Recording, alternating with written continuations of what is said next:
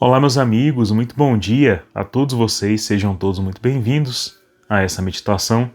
Hoje, nesta segunda-feira da segunda semana de Natal, estamos ainda nesse tempo festivo da igreja, né?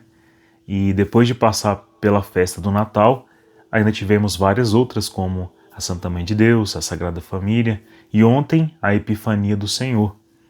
Então, estamos num tempo muito favorável que faz a gente entender de fato que o Natal, o nascimento de Cristo, né, também é algo que se eterniza. Lembre-se sempre que é um Deus eterno que entra no tempo.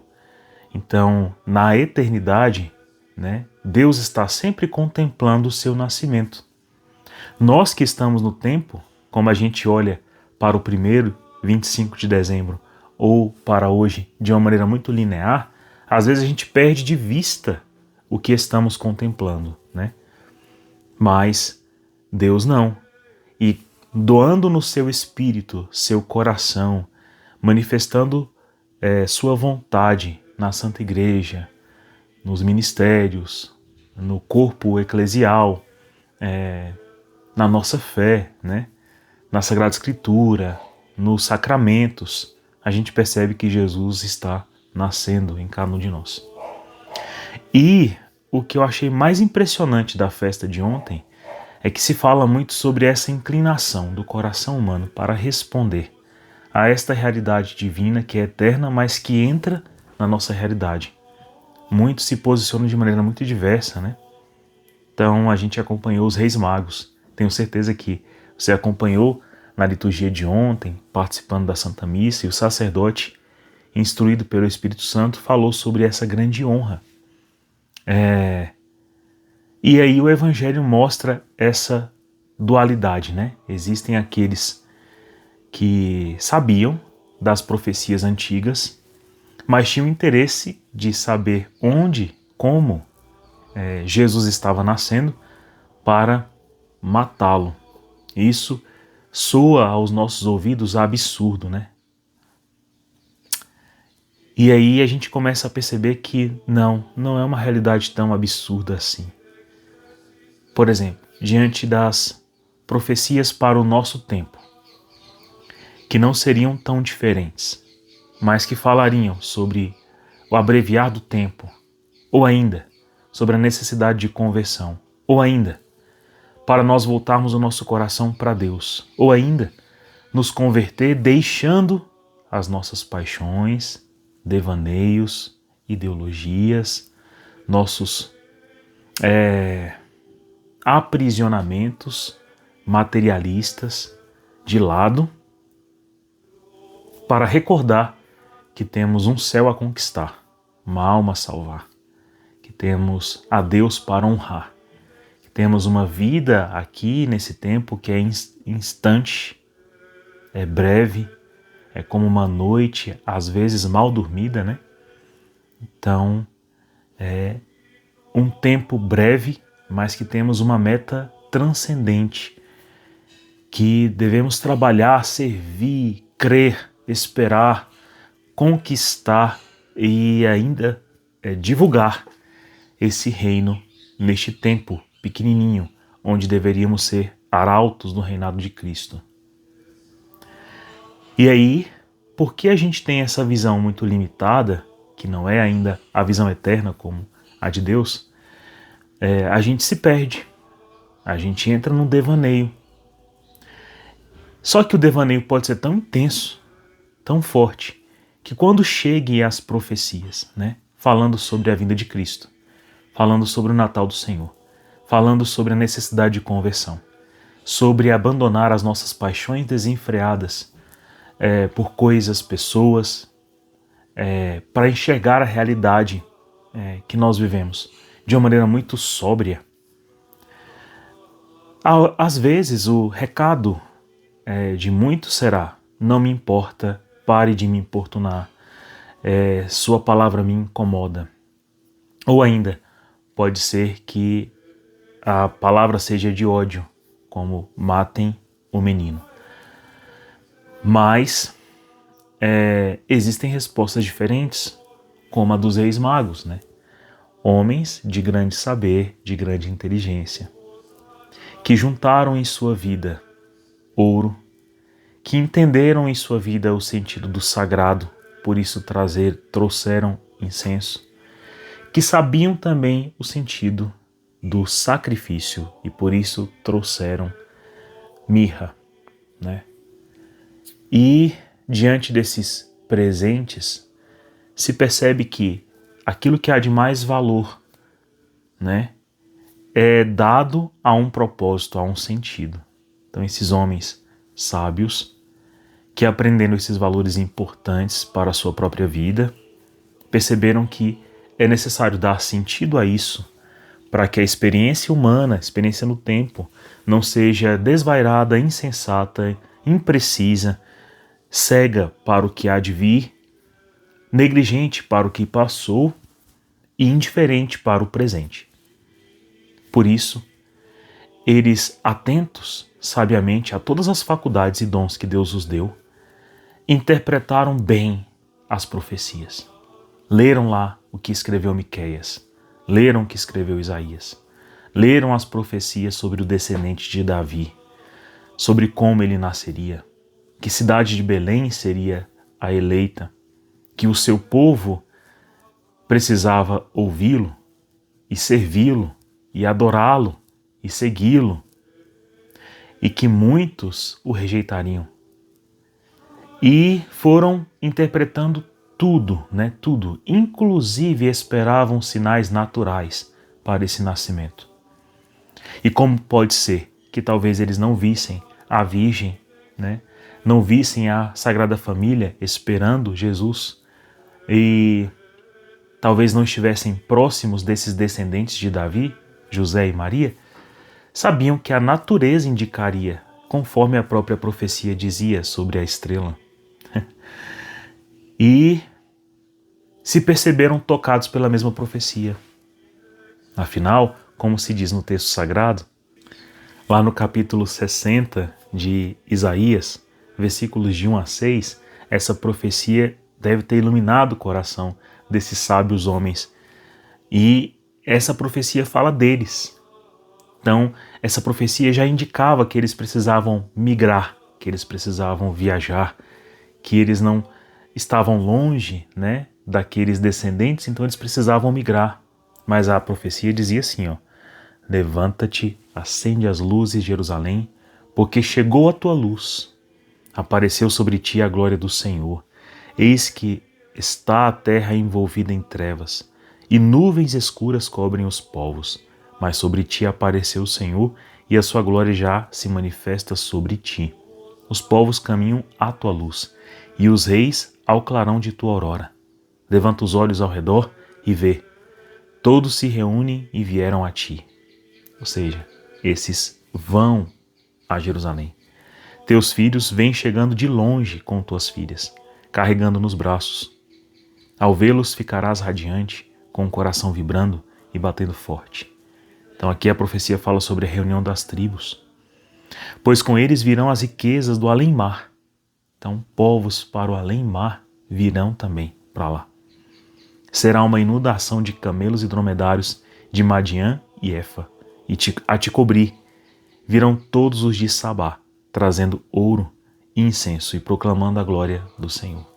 Então, eles sabiam o que levar, por que levar, que sentido dar ao que aprenderam em toda a vida sobre a necessidade de cultuar a Deus, adorar a Deus, servir a Deus, honrar a Deus pelas escolhas, pela decisão, pela vida, pelo trabalho, né? Então, eles se prepararam, arrumaram, e brilhará, né, sobre este rei a glória, os sinais. Então, até os sinais eles sabiam interpretar. Essa estrela é nova, né? Existe aqui um indício da profecia, existe aqui, como Miqueias falava, um indício do rei, do Senhor, a luz que há de brilhar sobre as trevas que envolvem Jerusalém e que impedem muitos de ver. E aí eles viram. Claro que não no alto apenas da visão, mas da sabedoria. Sabedoria essa que é a de conhecer a Deus, é a de conhecer o sagrado e é também a de ter um coração puro. Lembra que são bem-aventurados os puros de coração, porque verão a Deus. Então é nessa perspectiva que os reis saem de suas terras, do Oriente, né? Saem do além-mar para adorar Jesus, para compreender essa profecia que já foi dita. E aí eles chegam diante de Herodes, que contrasta exatamente esta visão esperançosa e honrável do homem de Deus, pois ele tinha medo de que o rei, né, o Senhor, pudesse destroná-lo de seu orgulho, de sua vaidade, de seus bens, da vida que é vivida no propósito mais efêmero da vida, né? Que é acúmulo de riquezas, de poder, de influência, de fama, de prazeres. Então, são duas coisas bem contrastantes, né? Existe o homem herodiano e existe o homem sábio. O homem governante, por isso rei, um homem sacrificial, né, que parte, que migra, que entende a importância de defender a fé que está em seu coração. E aí, olha só como as duas coisas trabalham naquele diálogo, né, do evangelho de ontem. Herodes fala de maneira mansa, né? Pois vão, sigam, né? Prossigam a viagem com a minha bênção e vejam onde o menino vai nascer, para que eu possa também ir a adorá-lo, né? Mas não é esse o propósito. O propósito de Herodes é findar com aquela vida. E durante a história de toda a igreja, a gente percebe o mesmo, né? Os homens em Roma, depois, durante vários séculos na Idade Média, ou hoje na vida contemporânea ainda de maneira mais forte, às vezes toleram a sua fé.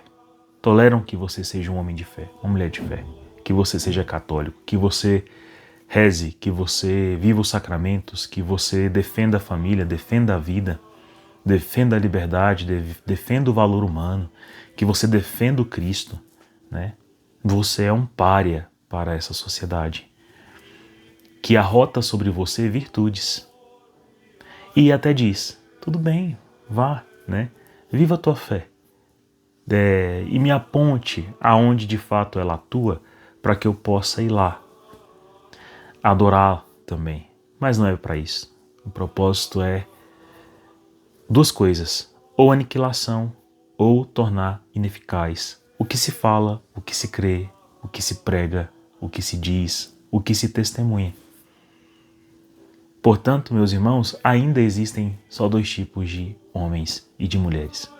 Os herodianos, que são capazes de qualquer tipo de mal, porque o mal permeou sua inteligência e a sua vontade. E os homens sábios, cuja sabedoria vem de Deus. E aí existe nessas pessoas uma honra muito grande de servir a Deus com tudo de si.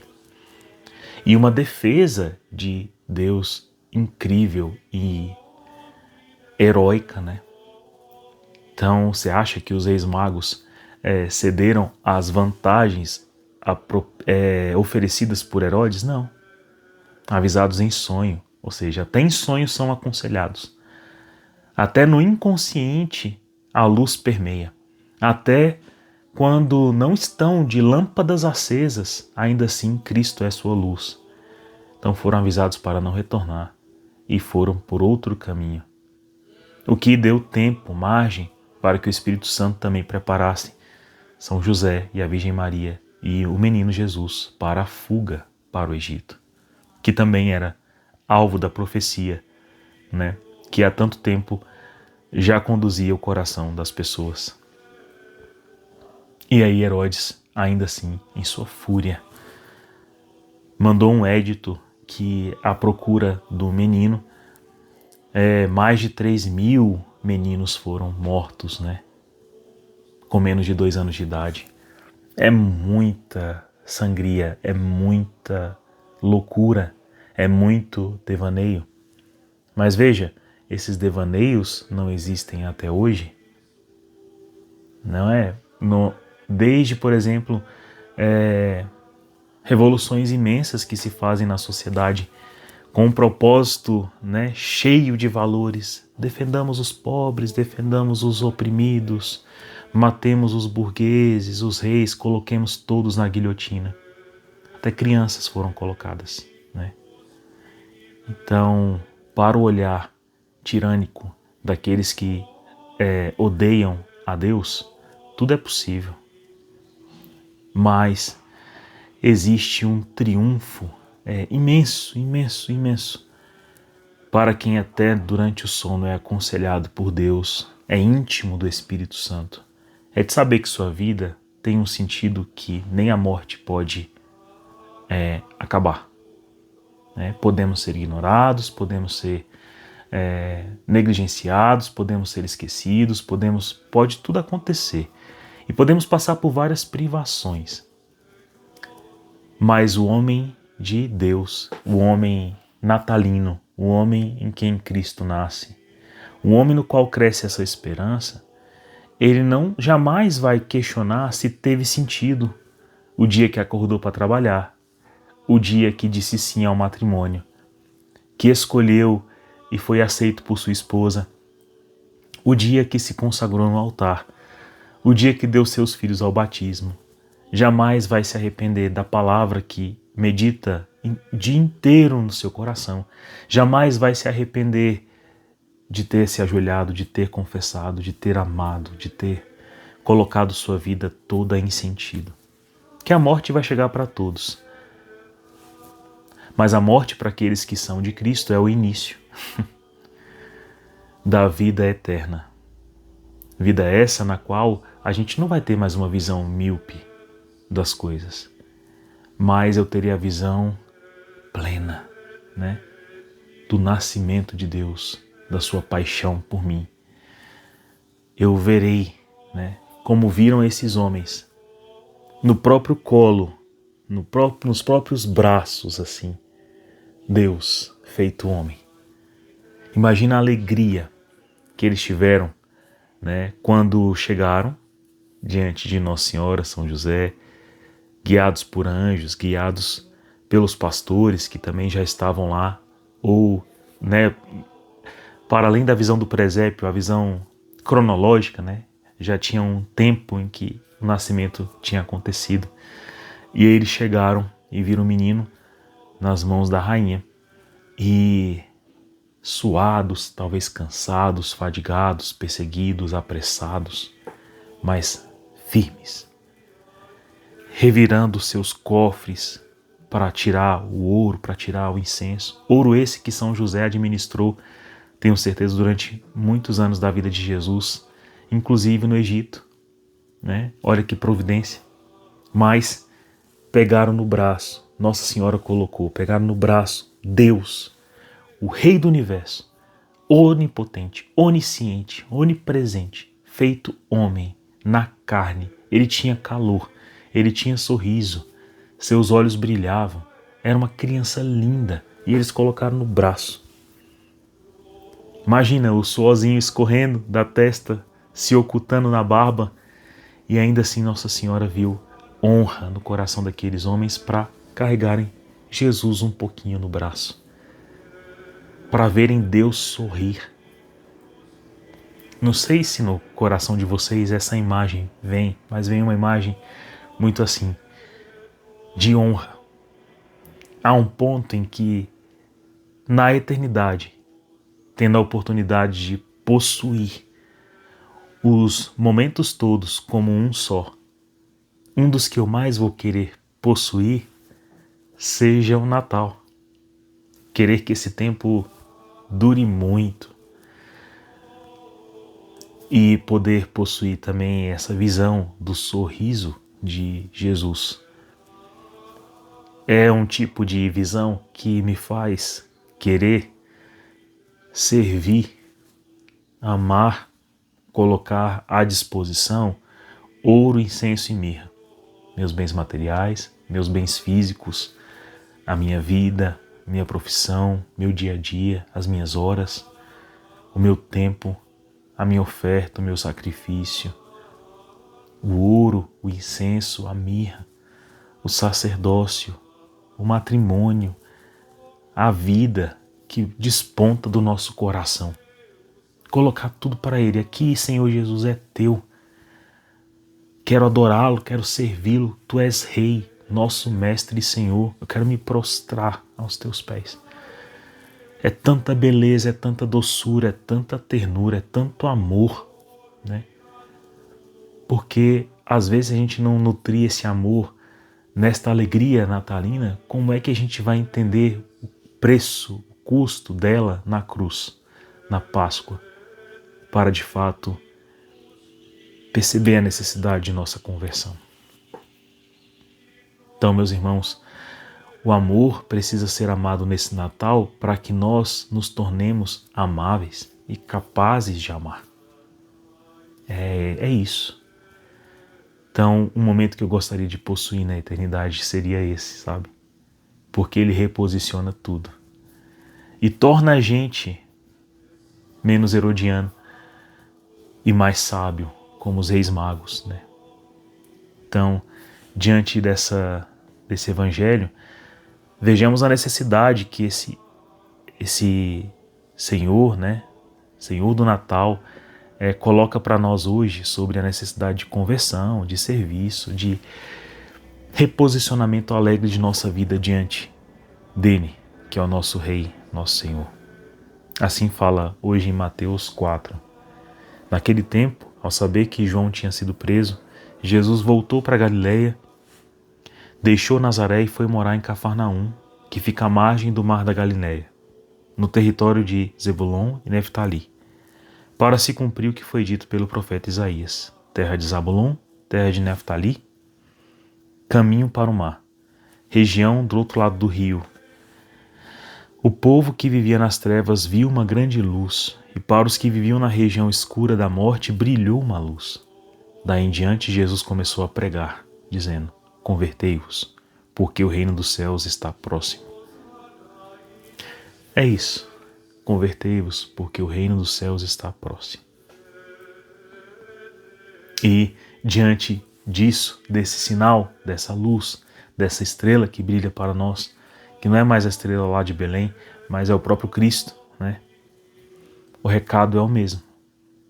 Diferenciai-vos entre aqueles que querem cortar o bem pela raiz ou aqueles que querem servir irrestritamente ao bem que veio para nós, que pode ser perpetuado. Se trabalharmos por esse reino, teremos essa visão eterna. Deus abençoe você, tenha um santo dia, santa semana e a gente se vê. Tchau!